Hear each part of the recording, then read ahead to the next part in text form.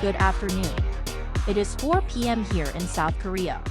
I am Arirang News, AI anchor, Ari. North Korea showed a uranium enrichment facility for the first time, as leader Kim Jong-un took a tour of the site and urged further nuclear weapons development. Photos released by the state-run Korean Central News Agency on Friday showed Kim walking past rows of centrifuges that process uranium to be made into nuclear fuel, learning about the operation of its production lines, and saying he felt strong just looking at the technology on display. The reveal is being seen as an attempt to put pressure on the U.S. ahead of the presidential elections in November. South Korea's Unification Ministry condemned the move and stated that any nuclear threat or provocation will be met with a strong response from both Seoul and Washington. The South Korean government, for the fifth straight month in September, says domestic demand is showing signs of recovery. That's according to the latest Economic Green Book, a monthly economic assessment report released by the Finance Ministry on Friday.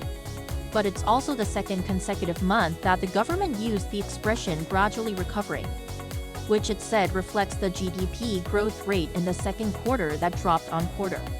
The Green Book said domestic demand is recovering differently by sector, and that facility investment and the service industry in particular are recovering. South Korea's tech exports for August reached $20.6 billion, mostly driven by strong sales of chips and smartphones. According to the Trade Ministry on Friday, ICT exports saw an increase of 28.5% compared to a year earlier. That's the 8th consecutive month for the on-year rate of increase to be in double digits. The increase in semiconductor shipments is largely attributed to a growth in the AI market, as well as a recovery in demand due to a stronger IT market. Smartphone exports also surged by 60%, helped by the release of new smartphone models in the same month.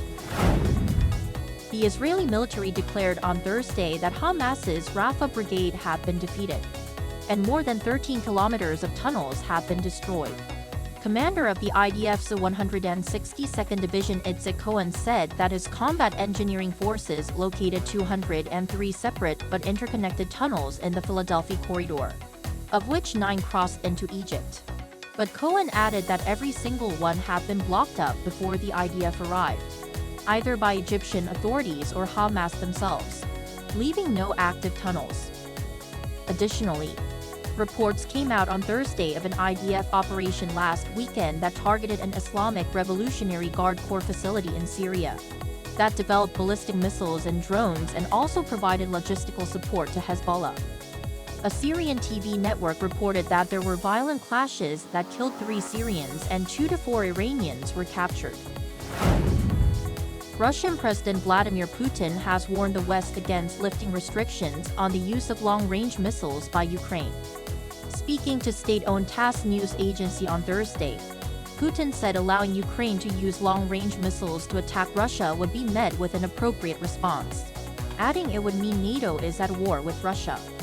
According to Putin, NATO countries are not discussing the possibility of Ukraine attacking Russia with long-range weapons provided by the West, but rather on how to directly participate in the conflict alongside Ukraine. The Russian leader also pointed out that the Ukrainian military does not have the satellites needed to use long-range weapons to attack Russia, and could only do so without information from NATO member countries, the EU, and the US. That is all for today. Thanks for watching.